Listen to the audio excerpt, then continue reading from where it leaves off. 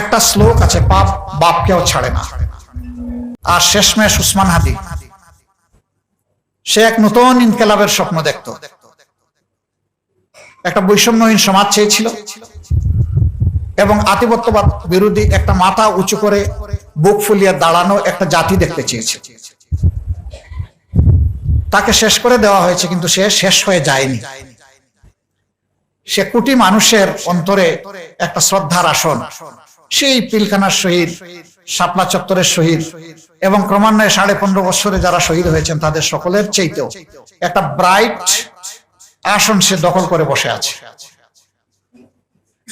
তারও বিচার, যেখানেই গিয়েছি গত নির্বাচনী প্রচারণায় যুবকরা হাত ধরে শক্ত করে ঝাঁকুনি দিয়ে একটা কথা বলতো, হাদি ভাইয়ের বিচার করবেন কিনা। এখনো বলে এই বিচারটা আমরা পাবো কিনা। আমরা এই বিচারগুলা পেতে চাই। তবে হ্যাঁ, ওই 15.5 বছর মানুষের উপর যেভাবে অবিচার করা হয়েছে বিচারের নামে, ওটা আমরা চাইবো না। এটা যেন শতভাগ ন্যায় বিচার হয় এবং যার পাওনা সে যেন পায়। এতে যদি অভিযুক্ত কোনো ব্যক্তি একদম সম্পূর্ণ নির্দোষ ন্যায় বিচারের মাধ্যমে প্রমাণিত হয়ে যায়, আমাদের কোনো আফসোস থাকবে না। একজন অভিযুক্ত মানুষও দোষী না হয়ে যেন শাস্তি না পায়, সেটি আমরা দাবি করি। বরঞ্চ প্রকৃত দোষীরা যেন সঠিক শাস্তিটা পায়, এটা যেন নিশ্চিত করা হয়। আমরা দাবি জানিয়ে যাব এবং আপনাদের দাবির সাথে আমরা একাত্ম হয়ে চলতেই থাকবো। আমাদের এই লড়াই অব্যাহত থাকবে ইনশাআল্লাহ।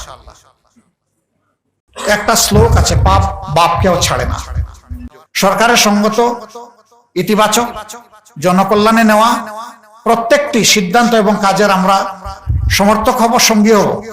কিন্তু আমরা যদি দেখি সেই পুরানা কায়দায় কালো আইন বলবৎ রেখে অথবা নতুন নতুন কালো আইন তৈরি করে জাতিকে আবার নিগৃহীত করার দিকে যাওয়া হচ্ছে, তাহলে আমরা ঘরে বাইরে গর্জন করব। ঘর সংসদ, বাইরে রাজপথ।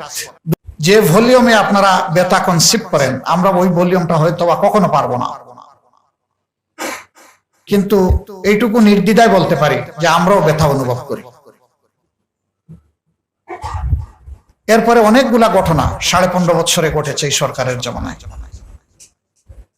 এবং সবগুলা ঘটনায় দায় চাপানো হয়েছে যারা ভিকটিম তাদের উপরে। ভিকটিমরা আবার রিভিকটিমাইজড হয়েছেন। এটাই সবচেয়ে দুর্ভাগ্যের বিষয়। একদিকে বিচার তো পেলেনই না, উল্টা আপনজনকে হারানোর পরেও তারা আবার নিগ্রহের শিকার হলেন, নিবর্তন নির্যাতনের শিকার হলেন। একটা শ্লোক আছে, পাপ বাপকেও ছাড়ে না। এটাকে ম্যাচিউরিটি পর্যন্ত দিতে হয় যাওয়ার সুযোগ। আল্লাহ তাআলা একটা সীমা পর্যন্ত সেই সুযোগ দেওয়ার পরে তাদের উপরে তার শক্ত গ্রিপ বসান। আল্লাহর গ্রিপ যখন ওই সমস্ত অপরাধীদের ঘাড়ের উপর পড়ে, তখন তাদেরকে আর রক্ষা করার কেউ থাকে না। তারা হয় সমাজের কাছে অপদস্থ এবং নিগৃহীত। বনানী সামরিক গুরুস্থানে, কবরস্থানে, যেখানে আমাদের এই বীরদেরকে দাফন করা হয়েছে, সেখানে আমার ঘনিষ্ঠজনরাও শুয়ে আছেন। আমি যখন তাদের কবর জিয়ারত করতে যাই, তখন হয় এইটা দিয়ে শুরু করি, না হয় এখানে এসে শেষ করি। বাংলাদেশে এই ঘটনা দিয়ে শুরু হয়েছিল খুনের রাজনীতি সেই সময়ে। এরপরে এটা এসে শেষ হয়েছে 24, এবং তার রেশ উসমান হাদি পর্যন্ত অব্যাহত ছিল।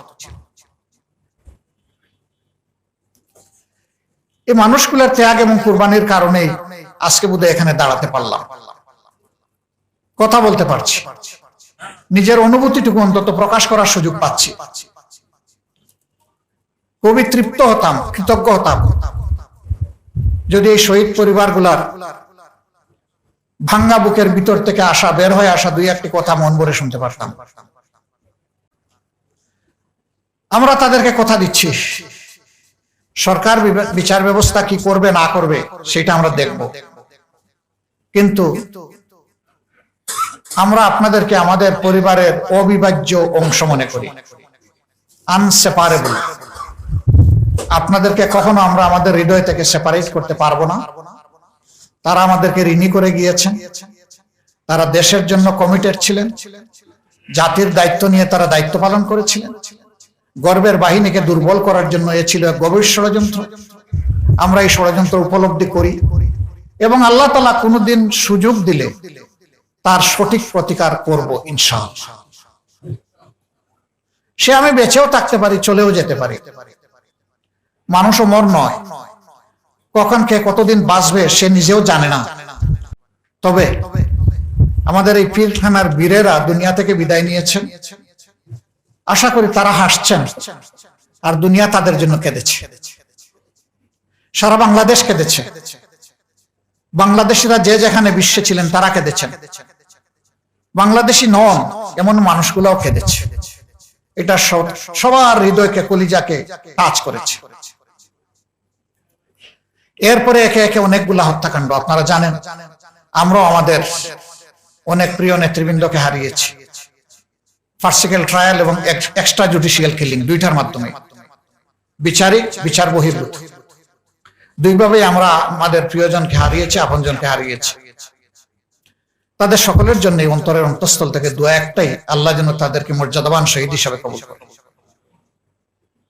শাপলা চত্বরে অনুরূপ ভাবে নিরীহ আলেম উলামা, হুফাজ, আইতাম তাদেরকে নির্দয়ভাবে শেষ করে দেওয়া হয়েছে এবং সেই নিহত লোকগুলার জীবন নিয়ে উপহাস করা হয়েছে। বলা হয়েছে কেউ গুলিও ছুড়েনি, কেউ মারাও যায়নি, ওরা রং ছিটিয়ে অভিনয় করে পড়েছিল। এইভাবে নিহত হওয়া লোকদের প্রতি উপহাস দুনিয়ার ইতিহাসে কেউ কোথাও করেছে কিনা আমার জানা নেই, কিন্তু বাংলাদেশ তা প্রত্যক্ষ করেছে।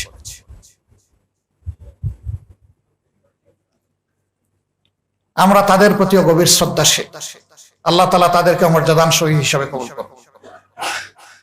এরপরে আসলো 24-এর পালা পর্যায়ক্রমে। এই পালায় আমাদের সন্তানদের ডিমান্ড খুব বড় কিছু ছিল না। তাদের ডিমান্ডটা ছিল তারা তাদের মেধার স্বীকৃতি চায়, তারা হাতে একটুখানি কাজ চায়, তারাও দেশ গড়ায় ন্যায্য জায়গায় ন্যায্যতার ভিত্তিতে অংশগ্রহণ করতে চায়। কিন্তু সেই একই কায়দায় তাদেরকেও শক্তির বলে দমানোর চেষ্টা করলেন তখনকার ফ্যাসিজমের যারা হর্তাকর্তা ছিলেন। শেষ পর্যন্ত তারা ব্যর্থ হলেন, তবে বহু জীবনের বিনিময়ে। মাঝখান থেকে অনেকগুলা জীবনকে ঝরিয়ে দেওয়া হলো। এ জীবন ঝরে না, ঝরিয়ে দেওয়া হয়। অনেকগুলা জীবন ঝরিয়ে দেওয়া হলো এবং সেই জীবনের প্রেক্ষাপটে অসংখ্য ত্যাগ কুরবানি। যারা বেঁচে আছেন তাদের মধ্যে অনেকে পঙ্গুত্ব নিয়ে বেঁচে আছে, হয় হাসপাতালের বেডে, না হয় একটা কষ্টের জীবন তারা বয়ে বেড়াচ্ছেন। তাদের সকলের প্রতি আমাদের গভীর সহানুভূতি এবং 24-এর যারা নিহত হয়েছেন সবাইকে আল্লাহ শহীদ হিসেবে কবুল করুন, সেই দোয়া। তাদেরই সহযোদ্ধা, ওদেরকে আমরা ভুলবো না। আবরার ফায়েক, সে তার দেশপ্রেমের জন্য খেসারত দিয়ে দুনিয়া থেকে বিদায় নিল। আল্লাহ তাকে শহীদ হিসাবে কবুল করুন। তার আওয়াজ ছিল আধিপত্যবাদের বিরুদ্ধে, তার আওয়াজ ছিল তার দেশের অধিকারের পক্ষে।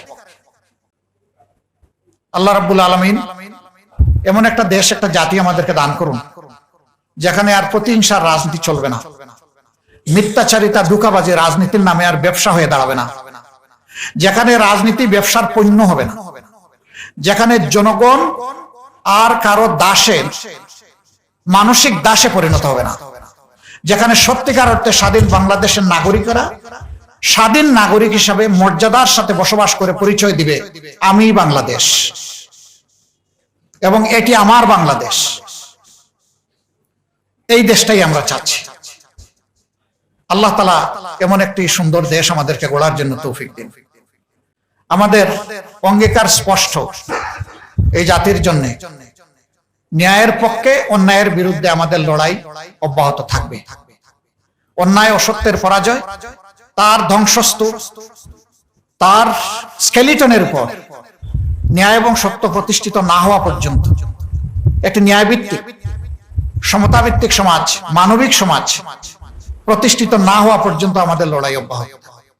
আমাদের সামনে কোনো দল নাই, ধর্ম নাই। আমাদের সামনে আছে এক টুকরা বাংলাদেশ, আর আছে 18 কোটি মানুষ। তাদের সকলের প্রতি আমাদের এই কমিটমেন্ট। আমরা সরকারে যেতে পারি নাই, কোনো আফসোস নাই। আমরা বিরোধী দলের থেকেও জনগণের অধিকারের জন্য লড়াই অব্যাহত রাখবো ইনশাআল্লাহ। সরকারের সঙ্গত, ইতিবাচক, জনকল্যাণে নেওয়া প্রত্যেকটি সিদ্ধান্ত এবং কাজের আমরা সমর্থক হব, সঙ্গী হব, সহযোগী হব, সহযোদ্ধা হব। কিন্তু আমরা যদি দেখি সেই পুরানা কায়দায় কালো আইন বলবৎ রেখে অথবা নতুন নতুন কালো আইন তৈরি করে জাতিকে আবার নিগৃহীত করার দিকে যাওয়া হচ্ছে, তাহলে আমরা ঘরে বাইরে গর্জন করব। ঘর সংসদ, বাইরে রাজপথ।